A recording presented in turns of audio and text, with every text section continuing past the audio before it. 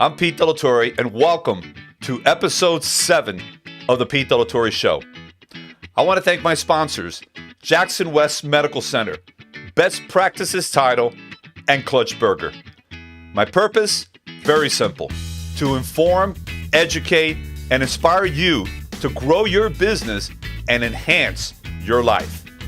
Today's guests feature Mario Murgado, President CEO of Murgado Automotive Group, and Nick Silverio, founder of a safe haven for newborns.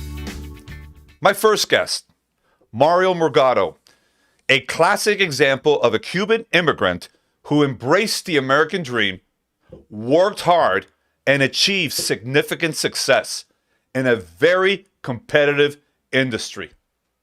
Let's hear now from Mario Murgado. All right, everyone, it's my pleasure to bring on to the Pete Torre Show an entrepreneur, a leader of an organization that has done it right through the years, that has grown through a lot of hard work, determination, and focus, and that is Mario Murgado, the President and CEO of Murgado Automotive Group. Welcome to the show, my friend. How are you? Great, Pete. Thank you so much. Thank you for having me today. It's a pleasure. I know you got moving parts, no pun intended, in your schedule. A lot of things going on, and it's a real honor to have you here. And I've been on the sidelines looking at everything you've done, and very impressed by your work. Obviously your team is phenomenal. Nobody can ever do this by themselves. But yet there is a leader. There is a leader at the top that's setting the tone, setting the environment.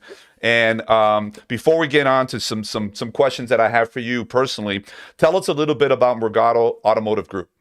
Okay, well, great. It's an honor to be here with you and to talk about the team, because I really love talking about the team.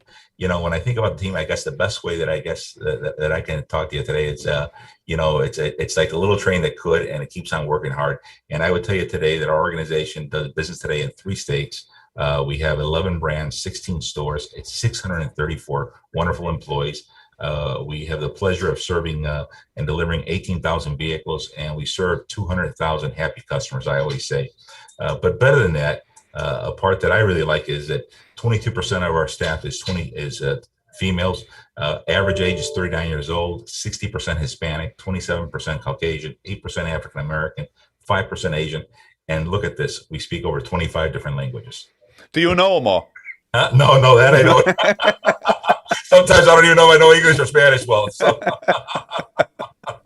But I'm really proud of that, because it's really, it speaks to the diversity. It speaks to really being part of the fabric of the community and where we're in. And it really speaks to working really hard in that community and being part of it, because that's what this business is about. This business is still about relationships all throughout and being part of that community. It really does. Well, in the mid-1960s, obviously you came to the United States as a Cuban immigrant with your family.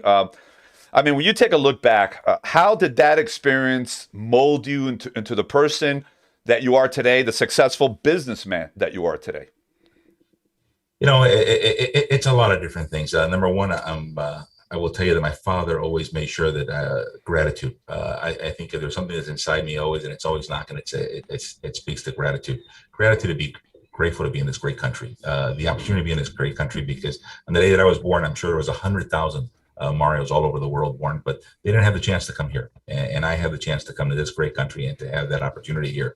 I also am grateful for my father and mother, and my father's name was Bienvenido, and my mother's name is America. I love it. So imagine to come to this country, and they were both, that's their names. And to come here, and also as the foster parents who took care of me, also 2 incredible human beings who were very, very, very special, who took care of me until my mother and then my father later came. But grateful. And I guess what it did for me at that time, it accelerated my growth. It accelerated in a way that you lose somewhat of your youth very, very quickly. You lose your childhood very, very quickly. And you do that because you're separated there. And when you do that, things just move on very, very, very fast. And that's there. But I think what it does also, it brings a sense of awareness faster to you. I think it brings a sense of appreciation faster to you. Yeah. Because later on, my father was always my best friend, was always really someone that I could always talk to, was always someone that would always challenge me. My gosh, when we were in school, if I got a B, it was B de burro. So he says, if I got to work this hard, this is your job. You got to do good in school, and vice versa. And I think that always made us competitive, but at the same time driven. And that drive was always an important part to learn early on in life. And that's a story for us that I think we've taken along in our business world and have been able to show others. And I take great pleasure in seeing, and now 40 years in the business, and I strive today where I try to tell people, I said, well, you can bring every single day to work and no one can take away from you is really a couple things. One is your attitude. And the second thing you can bring is excellence. If Yes. you come to work, you can bring excellence every day. You couple that with hard work. And in this country, you have the opportunity to succeed. Doesn't guarantee it, but you have the opportunity. And that you don't have everywhere else. That is the beautiful part of this country. It's all there for the taking if we do the right things and with the right intent to serve others in whatever way we are driven to do that. And speaking of that, no pun intended, right? What drove you to get into the auto industry? I think it was always there very early on. I always was the one that translated for my father, even though my father understood English very well, could spell very well, but he always had the accent. And because of the accent, he always held himself back and didn't want to talk. Right. But I always was the one that would do all the translations. So he took me early on when he would buy a car, when he would negotiate, when he would do anything. And really, I was exposed, and I think I was more privileged than what my son was able to do because I was able to be involved in early things in his life and in transactions, and in doing so very early on. And by doing that, I was exposed to people at the age of 8, 9, 10, 12 years old that I think I would have never been exposed to in another lifetime. And in doing that, I fell in love with the auto industry. And I fell in love with when he would buy a car, from a used car to a new car. I remember he buying his first new car in '69, a Chevy Impala. I remember buying his next car in '73, an Oldsmobile 88, Delta 88. Yeah. So on. And as those things happen in life, you love the business. You had a taste for it. So when I got out of school, I went to go work at a firm. I worked at a marketing firm that had economics, and as I worked in that, I really didn't like it. So I said, "This is what I really want to do. I want to go there." And I went to go work for someone really big in this market, in this community, and that was Norman Braman. Yes, I remember. I went to go work for that company. It was an opportunity to work, I think, for one of the best and biggest companies there was. You know, my first foreign car was a what was it? A 1984 Honda Civic that I bought at Braman Honda. How about that? That's right. On Bird Road. You were. I'm sure you were there. I don't know if you were the guy or you were in the showroom when I walked the showroom. Probably. I started in '81 there. There you go. So we crossed our paths without knowing who we were there. Hey, how did obviously we were all tested 13, 14 months ago when we were hit by the pandemic. It hit everybody, and we were literally. I know I'm sure yourself and everyone your families, and your colleagues, in a state of total. We were it was the unknown. We didn't know what was happening. We would know what's going to happen from day to day. So how did you and your colleagues navigate through kind of like the early stages of COVID and then moving forward from there? Great question. I will tell you, we were in uncharted waters, unknown, had no idea. The only thing that I can tell you that we decided to do early on before anything was we can't play offense without our people, and our people are our greatest assets. So we decided early on, just like we did in 2008 and in 2009, right. We decided that we were going to commit, and we did not lay off anyone. We did not furlough anyone before an EPP was ever decided or talked about. And March was difficult. Finishing March, April was a devastating month to our company across, because we really basically we were shut down. We were missed over 50% of our numbers all throughout, from New Jersey, Chicago, Miami, everywhere. And we were under construction in several projects. But we decided that, we were going to stick with them. And that's the same thing we did in 2008. And it worked well for us in 2008, but with unknown. And then as May came in, a little better, then the PPP came in, and really what saved us, I think, was being part of an essential business. When Yes. the governor and when they decided this was an essential business, that really is what helped us, and that's really what saved us. I think that's nothing else I could tell you that was really the biggest game changer for us, that we were able to be an essential business, that they recognized and understood that you needed to have vehicles, that you needed to have transportation, that people needed to go to the hospital, they needed to go to the doctor, they needed to go to work. That was part of something that needed to be done. And you can certainly tell the difference between the states. You can understand the different things that are out there, but we focus on that, focus on our people, focus on safety, pivoted very much to saying, okay, what has COVID been doing? And what COVID has done, it's been a tremendous accelerant. When you take a look at what e-commerce was doing, e-commerce was really growing at about 1% a year. You took a look at it from 2009 to 2020, about 11%. And you take a look at that period of 8 weeks in 2020, and it grew at the same rate that it took the last 11 years. Yes. What does that do for our business? It said, let's go pick up and deliver for service. Let's go pick up and deliver for sales. Let's give people the comfort and safety of their home. Let's give the people the comfort and safety of doing business that they want us to do until they get to their driveway, deliver in their driveway. How do we sanitize? How do we do certain things? Those are the things that we had to do and change for what the customer wanted. So they even forced us, even though we were trying to do stuff like that years back, it wasn't working. But this changed us, and this changed the way they did. And it changed business all around. And by doing so, we were able to continue to gravitate and grow. And then June was a little better, July was a little better, and every month got a little easier, a little better. Everyone adapted. As they adapted, I believe anxieties came down. Other anxieties went up, but anxieties came down. We worked with it. We adapted to it. As we adapted to the environment, it got better. And then through November and December. And then we got hit with 2021, where we have chip shortages, inventory shortages all throughout, and we're adapting with that also as well. You know, it's what you just said right now.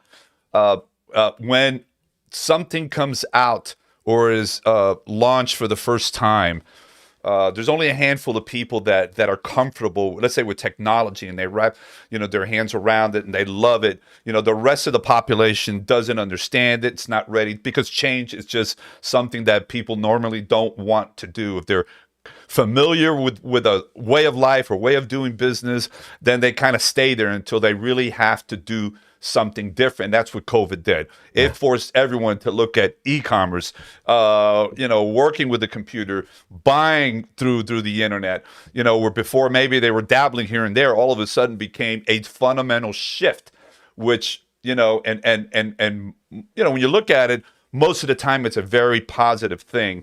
And it also, the repivoting forces you to diversify, but yet diversification has been something that's been part of, I guess, your business model for a long time, even before COVID. Is that your secret sauce?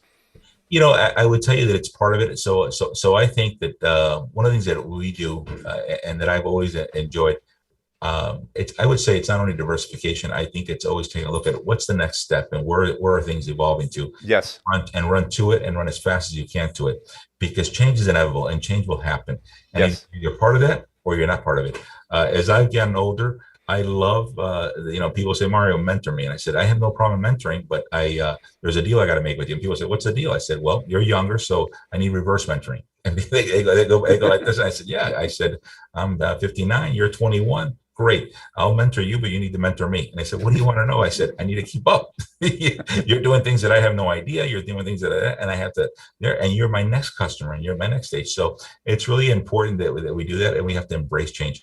I will say to you that having a youthful organization, having an organization that has all the diversity inside, allows you to do that. Because if you create a culture of winning, if you create a culture of openness, if you create a culture of transparency, if you create a culture of freedom to fail, to fall, and that allows you to get up and dust it off, it allows you to make those mistakes. As long as it's not hurtful or anything, it allows you to make those mistakes, which allows you then to grow, because it allows you to push the boundaries.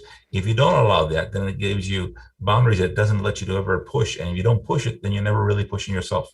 You never really do that. I have the pleasure of working with my son. He's behind the scenes, the producer. He's doing it. And trust me, what you just said about learning from him, I mean, every day I'm learning, and I found out, every day I find out the fact that I don't know a whole lot. Okay. And that's probably not so bad, right? I didn't know that. Oh, okay. After a while, I was like, whatever you say, we'll go here. This has been an absolute pleasure, Mario, to speak with you and get to know you a little bit more.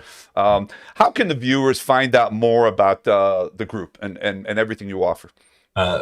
Feel free just to go out to murgadoautomotivegroup.com, and you can take a look at all our stores or our location we're at, and feel free to give us a call anytime we like, or online, and we'll be happy to take care of you. It's our honor. It's our pleasure.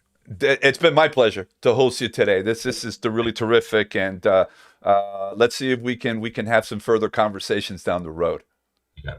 Thank you so much. much. All right, man. Take care and God bless you. Thank you. Bye-bye. A big thank you once again to Mario Murgado for being with us today. And now a little bit about my second guest, Nick Silverio. He's a man who was struck with personal tragedy and turned it into a passion that has made a significant difference. Okay, everyone, it is now my distinct pleasure, and I say that from the heart, to bring on to the Pete Della Torre show.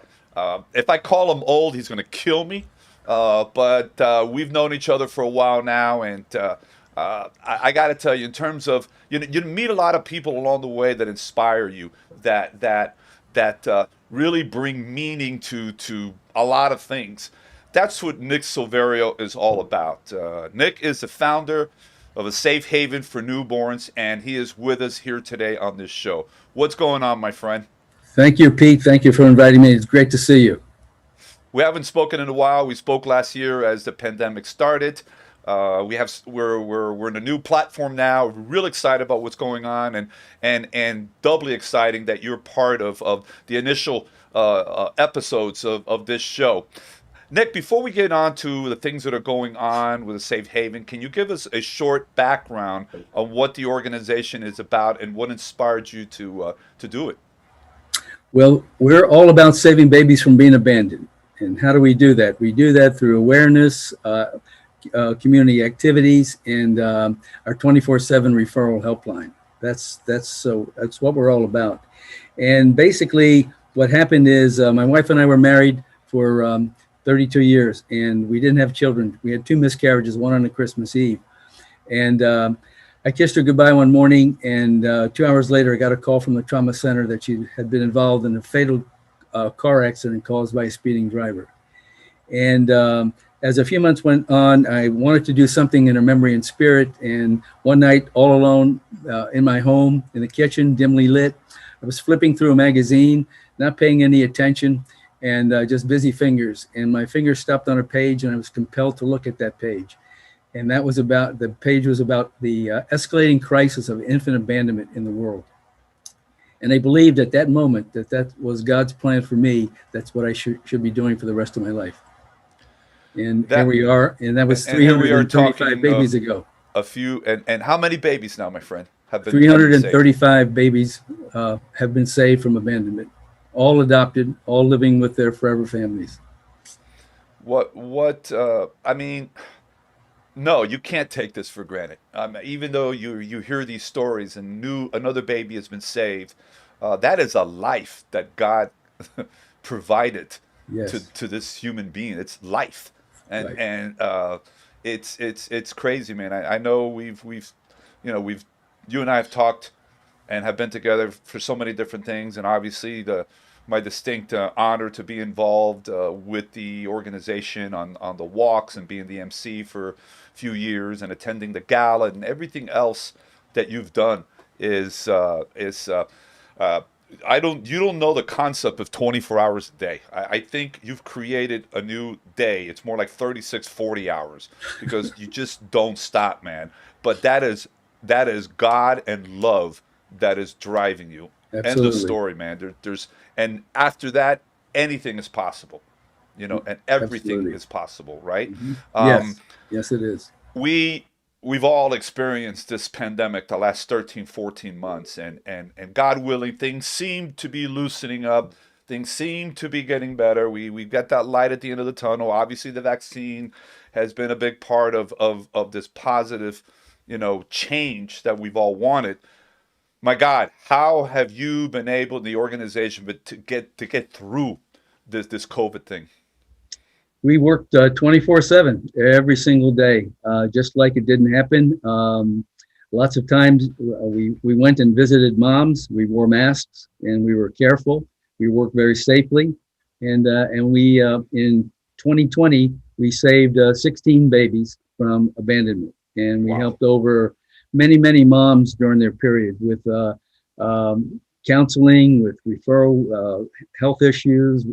There was a suicide call we received one day, and we got that mom help, that woman help immediately, and she got the proper treatment, proper mental treatment, Right. basically.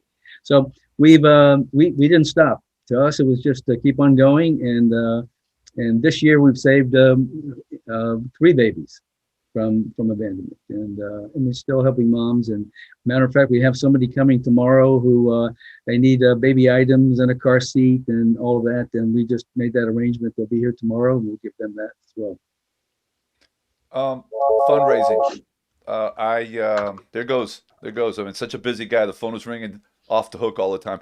Tell us how this whole fundraising experience has been through this pandemic, and through all of that, how you have now been able to reinvent fundraising opportunities for the organization. Well, we have our gala every year, and our walk every year, and our golf tournament every year, and which we didn't have last year.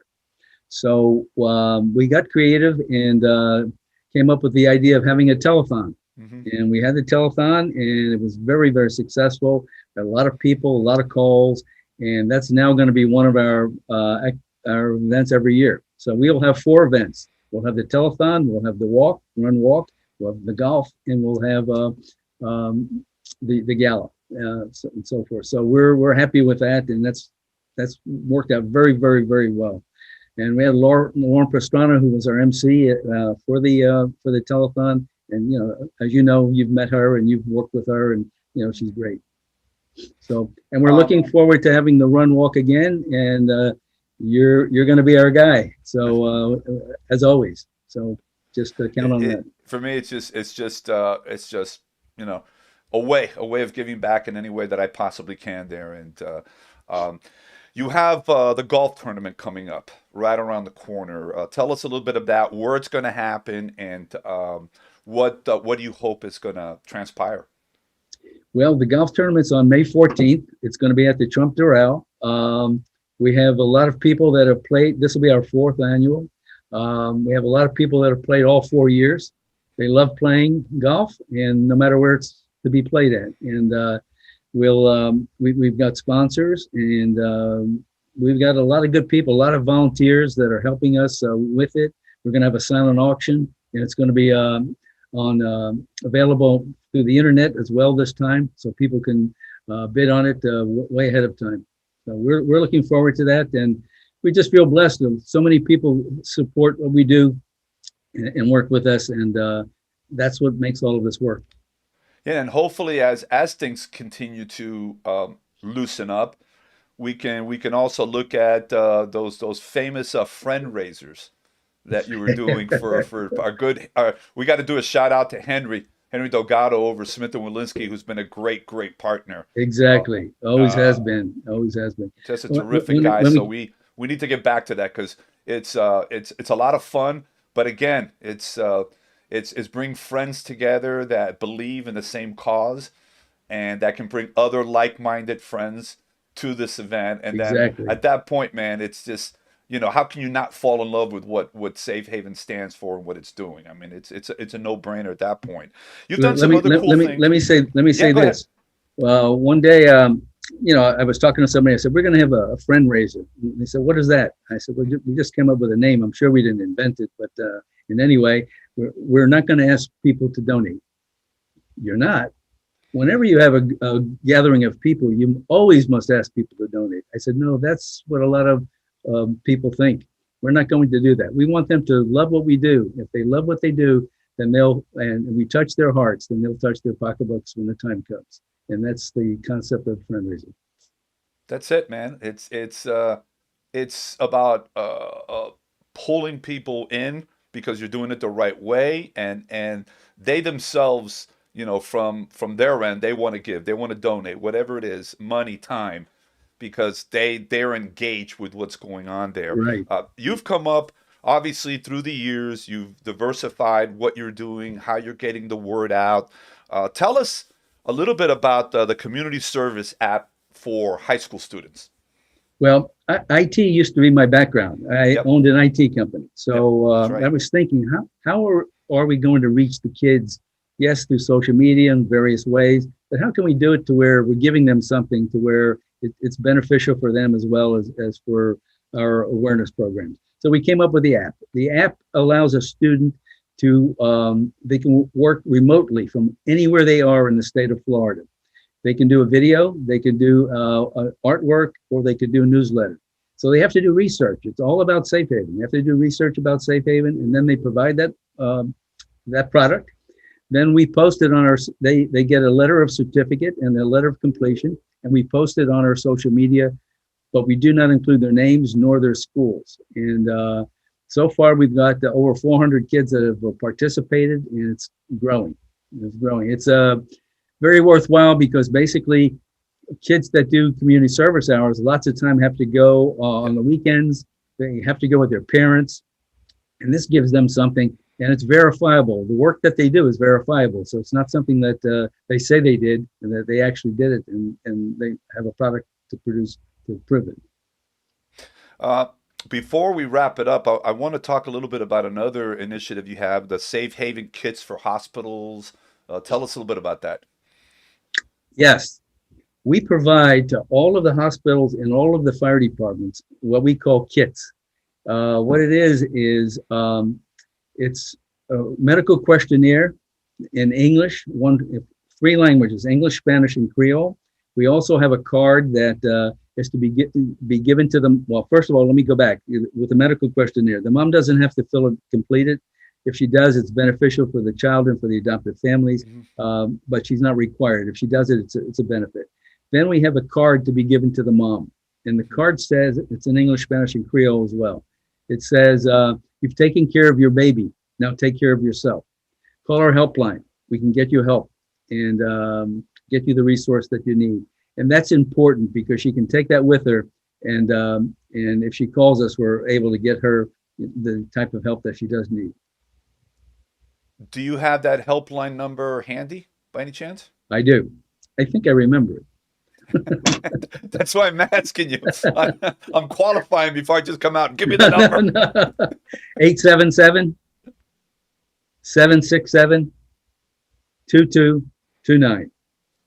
877-767-2229. 29. And we have, that's the Florida, and we have one international and national and international, and that's 477-767-2229.